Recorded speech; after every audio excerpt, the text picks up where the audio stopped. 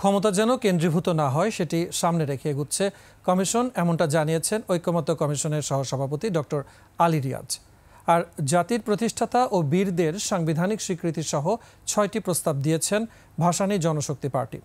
সকালে জাতীয় সংসদ ভবনের এলডি হলে ভাসানী জনশক্তি পার্টি নেতাদের সাথে বৈঠক করে জাতীয় ঐকমত্য কমিশন। এ সময় কমিশনের পক্ষ থেকে অধ্যাপক আলী রিয়াজ বলেন, ঐক্যবদ্ধ আন্দোলনের মাধ্যমে যেভাবে ফ্যাসিবাদকে বিতাড়িত করা হয়েছে তার ধারাবাহিকতা প্রয়োজন। সবার ঐকমত্যের ভিত্তিতে একটি জাতীয় সনদ প্রণয়ন করা হবে। বৈঠক শেষে ভাসানী জনশক্তি পার্টির আহ্বায়ক শেখ রফিকুল ইসলাম বাবলু বলেন, ৬টি প্রস্তাবের বিস্তারিত তুলে বলেন, সংস্কার মাধ্যমে একটি নতুন বাংলাদেশ বিনির্মাণ করতে চায় ভাসানী জনশক্তি পার্টি। জীবন অবাক না করলে কে করবে? 28% মিল্ক ফ্যাটের অবাক করার সাথে ফ্রেশ মিল্ক পাউডার। জীবন অবাক করুক প্রতিদিন।